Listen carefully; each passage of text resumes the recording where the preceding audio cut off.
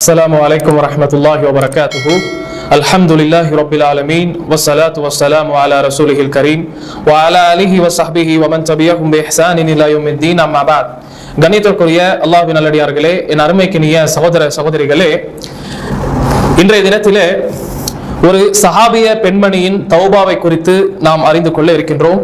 சஹீஹ் முஸ்லிமிலே பதிவு செய்யப்பட்ட ஹதீஸ், இம்ரான் பின் ஹுசைன் ரதியல்லாஹு அன்ஹு அவர்கள் அறிவிக்கிறார்கள், عن عمران بن حسين الخزاعي رضي الله عنهما أن امرأة من جهينة أتت نبي الله صلى الله عليه وسلم وهي حبلى من الزنا فقالت يا نبي الله أصبت حدا فأقيمه عليه فدعا نبي الله صلى الله عليه وسلم وليا فقال أحسن إليها فإذا بدأت فأتني. அதாவது இம்ரான் பின் ஹுசைன் ரலியல்லாஹு அன்ஹு அவர்கள் அறிவிக்கிறார்கள், சஹீஹ் முஸ்லிமிலே பதிவு செய்யப்பட்ட ஹதீஸ், ஜுஹைனா கோத்திரத்தை சேர்ந்த ஒரு பெண்மணி நபிகள் நாயகம் ஸல்லல்லாஹு அலைஹி வஸல்லம் அவர்களிடத்திலே வருகை தந்தால், எந்த நிலையில் என்றால், அதாவது விபச்சாரம் செய்ததன் காரணமாக கருப்பமுற்ற நிலையிலே நபி ஸல்லல்லாஹு அலைஹி வஸல்லம் அவர்களிடத்திலே வருகை தந்து யா நபி அல்லாஹ், அல்லாஹ்வின் தூதரே, அல்லாஹ்வின் நபியே, அல்லாஹ்வுடைய தண்டனைக்குரிய குற்றத்தை நான் புரிந்திருக்கின்றேன், ஆகவே எனக்கு அல்லாஹ்வுடைய தண்டனையை நிறைவேற்றுங்கள் என்று ரசூலுல்லாஹி ஸல்லல்லாஹு அலைஹி வஸல்லம் இடத்திலே கேட்க, அல்லாஹ்வுடைய தூதர் ஸல்லல்லாஹு அலைஹி வஸல்லம் அவர்கள் அந்த பெண்மணியின் காப்பாளரை வலியை அழைத்து கூறினார்கள், அஹ்சின் இலைஹா, இந்த பெண்மணி இடத்திலே நீங்கள் சிறந்த முறையிலே அழகிய முறையிலே நடந்து கொள்ளுங்கள், ஃபைதா வதஅத் ஃபஅத்தினி, இப்பொழுது அழைத்து செல்லுங்கள், மறுபடியும் அந்த பிள்ளையை ஈன்றெடுத்த பிறகு என்னிடம் அழைத்து வாருங்கள் என்று அல்லாஹ்வின் தூதர் ஸல்லல்லாஹு அலைஹி வஸல்லம் அவர்கள் சொல்ல கட்டளையிட அந்த காப்பாளரும் அப்படியே செய்தார்.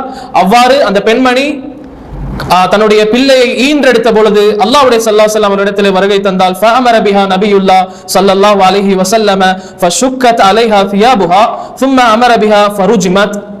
அதாவது அல்லாஹ்வுடைய தூதர் ஸல்லல்லாஹு அலைஹி வஸல்லம் அவர்கள் என்ன கட்டளையிட்டார்கள் என்றால், சஹாபாக்களிடத்திலே அந்த பெண்மணியினுடைய துணியை நல்ல இறுக்கமாக கட்டிவிடுங்கள். அதற்கடுத்து ரசூலுல்லாஹி ஸல்லல்லாஹு அலைஹி வஸல்லம் அவர்கள் அந்த பெண்ணுக்கு கல்லெறி தண்டனையை ரஜமை நிறைவேற்றுமாறு கட்டளையிட்டார்கள்.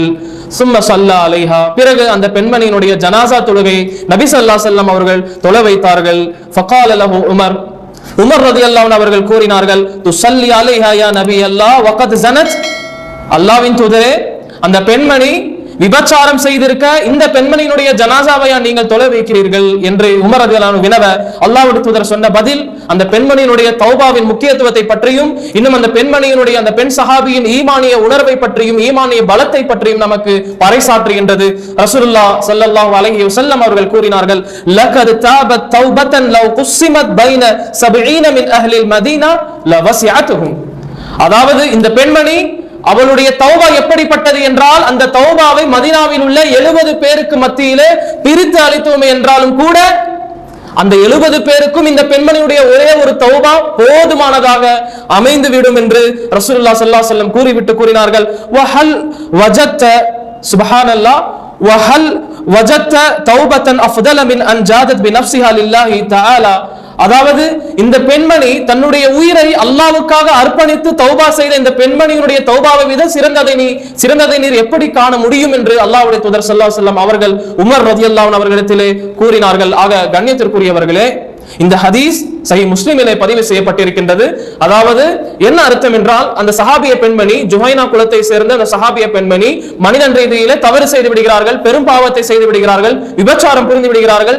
புரிந்துவிட்ட பிறகு அதை உணர்ந்து அதற்காக வருந்தி அதற்குரிய தண்டனையை பெறுவதற்காக அல்லாஹ்வுடைய தூதர் ஸல்லல்லாஹு அலைஹி வஸல்லம் அவரிடத்திலே வருகை தந்து, அல்லாஹ்வுடைய தூதரே, நான் தவறு செய்து விட்டேன், எனக்கு அல்லாஹ்வுடைய தண்டனையை என் மீது நிறைவேற்றுங்கள், நான் அதற்குரியவள் என்று கூற, அல்லாஹ்வுடைய தூதர் ஸல்லல்லாஹு அலைஹி வஸல்லம் அவர்கள் அந்த பெண்மணி கற்பமுற்றிருந்த நிலையிலே அந்த நேரத்தில் ரசூலுல்லாஹி ஸல்லல்லாஹு அலைஹி வஸல்லம் என்ன கூறினார்கள், தற்சமயம் சென்று விட்டு குழந்தை பெற்றெடுத்தவுடன் வருமாறு கட்டளையிடவே, ரசூலுல்லாஹ் இன்னும் அவருடைய அந்த பெண்மணியுடைய காப்பாளர் இடத்திலே இந்த பெண்மணி இடத்திலே அழகிய முறையில் நடந்து கொள்ள வேண்டும் என்று கட்டளையிட்டு கூறினார்கள். அதற்கடுத்து அந்த பெண்மணி குழந்தையை பெற்றெடுத்த பிறகு ஒரு அறிவிப்பிலே வருகின்றது, அந்த குழந்தை தன்னுடைய கையிலே ரொட்டி துண்டை வைக்கக்கூடிய அளவுக்கு வளர்ந்திருந்த நிலையில இருந்தது.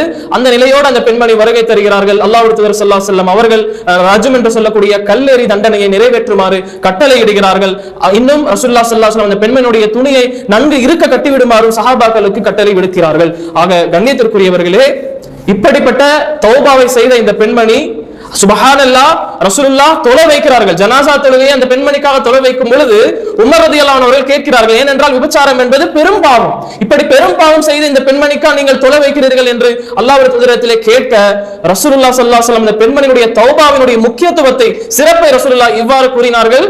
இந்த பெண்மணி செய்த தௌபா 70 பேருக்கு மதீனா வாசிகளில் பிரித்து கொடுத்தாலும் அந்த 70 பேருக்கு இந்த பெண்மணியுடைய ஒரே ஒரு தௌபாவே போதுமானதாக அமைந்துவிடும். அதாவது அவர்களுடைய தௌபாக்கு தேவையே இல்லாமல் போகிவிடும். இந்த ஒரே ஒரு தௌபா 70 பேருக்கு அது போதுமானதாக அமைந்துவிடும் என்று சொல்லிவிட்டு அல்லாஹ்வுக்காக தன்னுடைய உயிரை அர்ப்பணித்த இந்த பெண்மணியின் தௌபாவை விட எது சிறந்ததாக இருக்க முடியும் என்று அல்லாஹ்வின் தூதர் ஸல்லல்லாஹு அலைஹி வஸல்லம் அவர்கள் கூறினார்கள். ஆக சுப்ஹானல்லாஹ், அல்லாஹு அக்பர். இந்த பெண்மணியினுடைய ஈமான் எப்படிப்பட்டது என்பதை நாம் உணர்ந்து கொள்ளலாம்.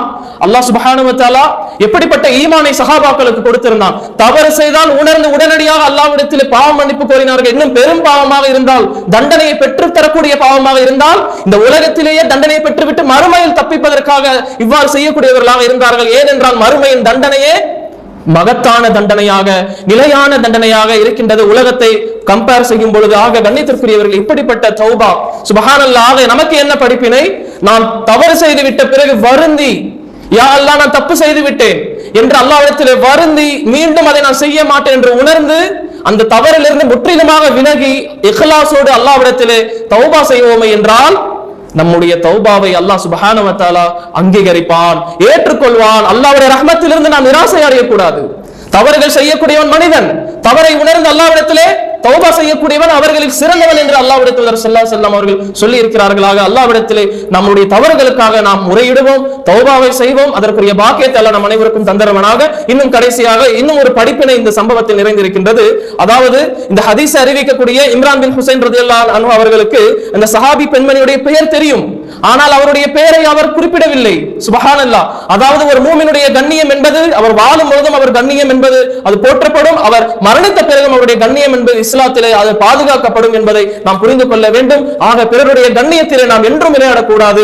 பிறருடைய கண்ணியத்தில் அவருடைய கண்ணிய குறைவாக பேசுவது, நடந்து கொள்வது, இப்படிப்பட்ட செயல்கள் சிறந்த செயல்களாக கருதப்படாது என்பதை நாம் கவனத்திலே கொள்ள வேண்டும். ஆக அல்லாஹ் சுப்ஹானஹு வ தஆலா தௌபா, தூய்மையான தௌபாவை, தௌபா நஸூஹா, தூய்மையான தௌபாவை புரியக்கூடிய பாக்கியத்தை எனக்கும் உங்களுக்கும் தந்தல்வனாக. வா ஆகிரு தாவானா அல்ஹம்துலில்லாஹி ரப்பில் ஆலமீன். வஸ்ஸலாமு அலைக்கும் வரஹ்மத்துல்லாஹி வபரகாத்துஹு.